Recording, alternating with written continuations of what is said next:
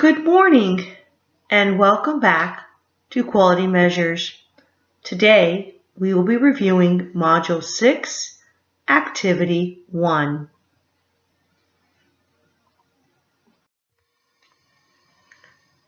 Activity 1 will deal with framing the expectations for the meeting. This slide will give you an idea of some of the items we'll be talking about today. Our agenda will be as follows. We will do a little fun introduction. We'll talk about the overview of the quality measures process. We'll go through the orientation meeting objectives and also discuss the team roles and responsibilities. Let's start by having a little bit of fun with our introductions. If you could be any actor or actress, who would you be and why? Please stand and find a partner. Tell your partner the name of an actor or actress you would like to be and why. And then be prepared to discuss why your university is interested in going through the quality measures process and what you hope to achieve as a result. Please be prepared to introduce your partner to the rest of the group and be prepared to share out some of your responses that you had with your partners. I'm going to give you a few minutes to find your partner and begin to share, and then we'll come back together. Thank you so much for coming back together. That was great fun. Let's go ahead and move on. The first thing I'd like to discuss is our orientation meeting objectives. This is very important because we need to know why we are here. The first thing we're going to do is build collective knowledge about the school district's Principal Pipeline Initiative and selected principal preparation programs that your district is currently serving. We're going to provide a comprehensive overview of the Quality Measures Principal Preparation Program Assessment process. We're going to also look at the Quality Measures rubrics for coursework, clinical practice, candidate admissions, and graduate performance outcomes. We're going to reach agreement on team roles, responsibilities, and proposed timelines for completing the process.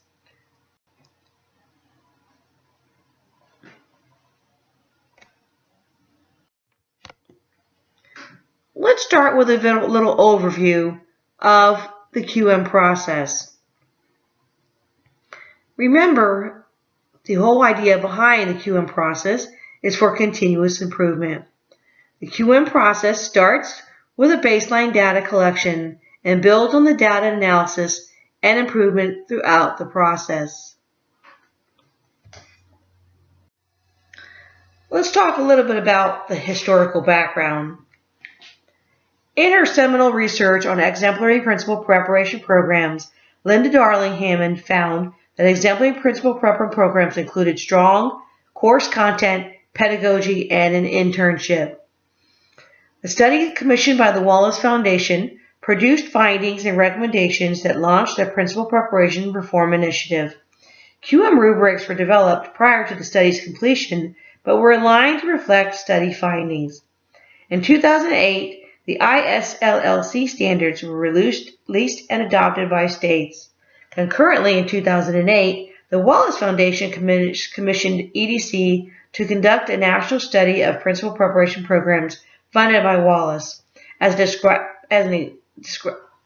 describe the types of programs being implemented and the role that urban school districts played in shaping those programs.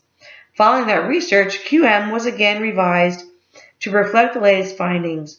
An evidence-based methodology and graduate program outcomes were incorporated into QM's tools and protocols. Wallace launched its Principal Pipeline Initiative in 2011 and funded 6 large urban school districts to engage with their primary prep program providers to reform principal preparation. QM was administered as a baseline self-assessment with pipeline school districts and their preferred program providers. In 2013, a professional learning community comprised of pipeline school districts and their prep program providers was funded by Wallace and facilitated by EDC. In 2014, a second cohort of 14 additional pipeline school district providers was brought on board, bringing the total number of program providers in the pipeline initiative to 36. All 36 programs conducted QM baseline self-assessments in partnership with their affiliated school districts. All assessments are facilitated by EDC. In October 2015, the refreshed ISLLC standards were drafted and renamed Professional Standards for Education Leaders and the Next Wallace Foundation Initiative. The University Principal Preparation Initiative was born in 2016. Quality Measures is being refreshed to reflect changes in the professional standards for education leaders, and we expect a revised edition to be completed by the end of 2017.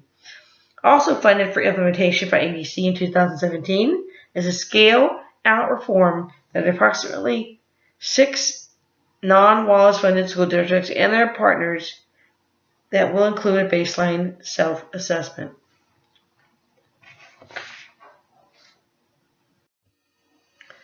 So let's move on to theory of change.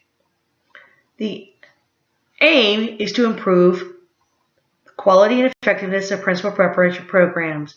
There are 4 components and 4 drivers within the programs.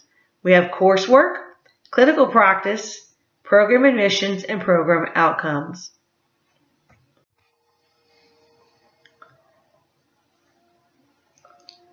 In the diagram shown here, the primary aim of QM is to improve the quality and effectiveness of principal preparation. To accomplish this aim, the diagram identifies 4 prep program components as the QM primary drivers for prep program improvement.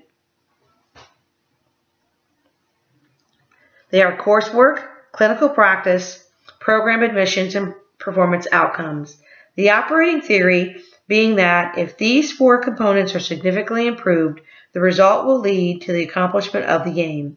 Secondary drivers make the primary drivers operational for the purpose of guiding program improvement efforts. These drivers are identified in the literature as indicators associated with the 4 primary drivers. As shown in the diagram, secondary drivers for coursework are course content, pedagogy, and course assessment measures. For clinical practice, the secondary drivers are intern placement, intern supervision, and intern experiences. For program admissions, the secondary drivers are application standards, recruitment practices, self-administration, or no actor.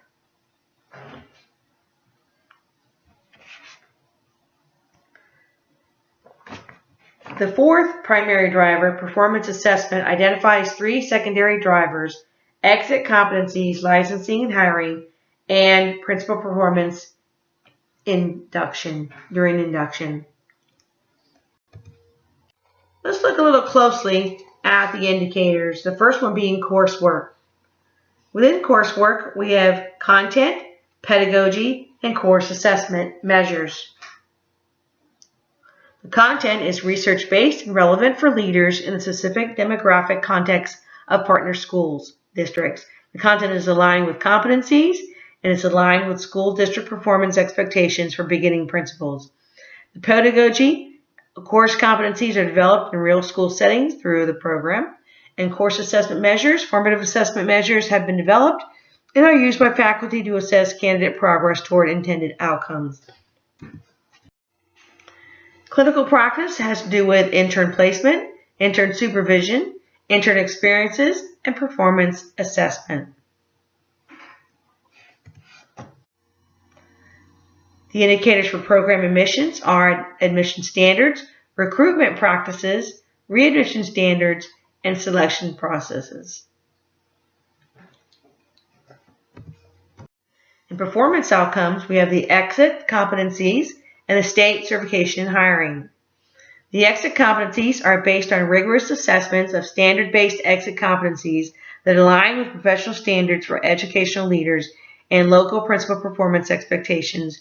Program graduates demonstrate the requisite knowledge, skills, and aptitudes required for state licensing.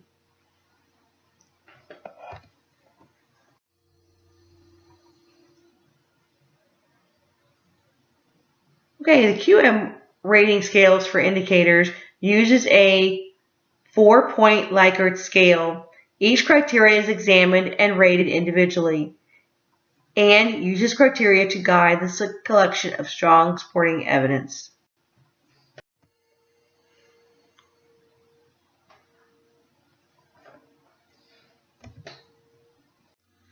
Course content. Each criteria is examined and rated individually.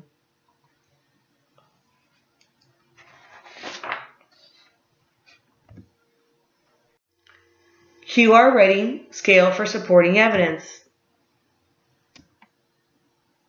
Supporting evidence is quantitative or qualitative data confirms the accuracy of the self-assessment rating for a program component. Quantitative and qualitative data confirms the level of impact for a program component on a scale from large to no impact.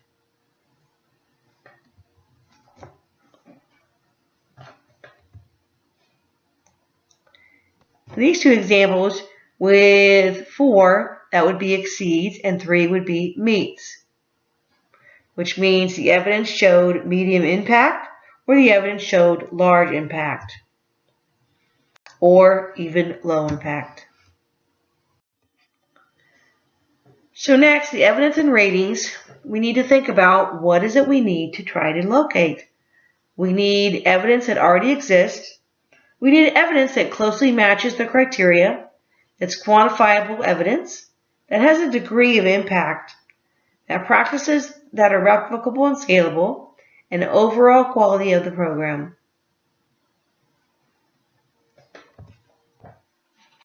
So now we're looking at using the two scales together. Supporting evidence ratings of a 4 must support the indicator rating of a 4. So you will determine how well your program meets the criteria on the rating scale. You will have put together a team of 5 or 6 members. The team will help you determine the quality of your program. The scale provides you a range of options from rating each program component. Evidence must support the indicator rating given. If the evidence does not support the indicator rating, the rating will need to be adjusted to match supporting evidence, either up or down.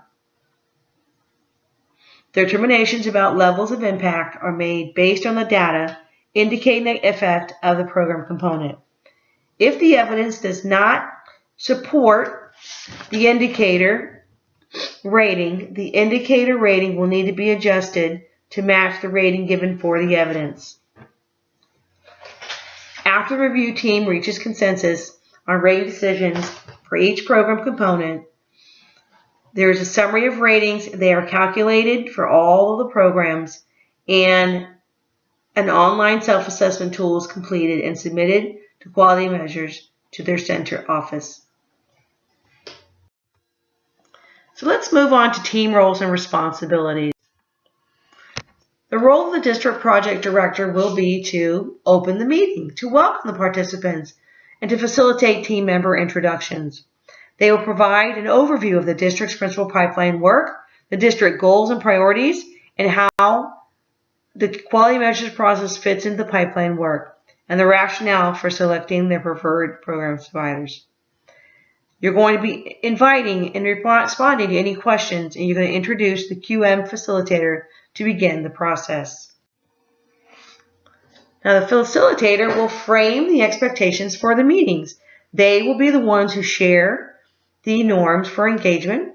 They will help to build that shared understanding of the indicators, the rubric criteria, and the examples of strong evidence. And they prepare a team for evidence review meeting and discuss issues of confidentiality. The training program provider will honor the team norms for engagement, ask clarifying questions about the indicators, rubric, and how to select best evidence.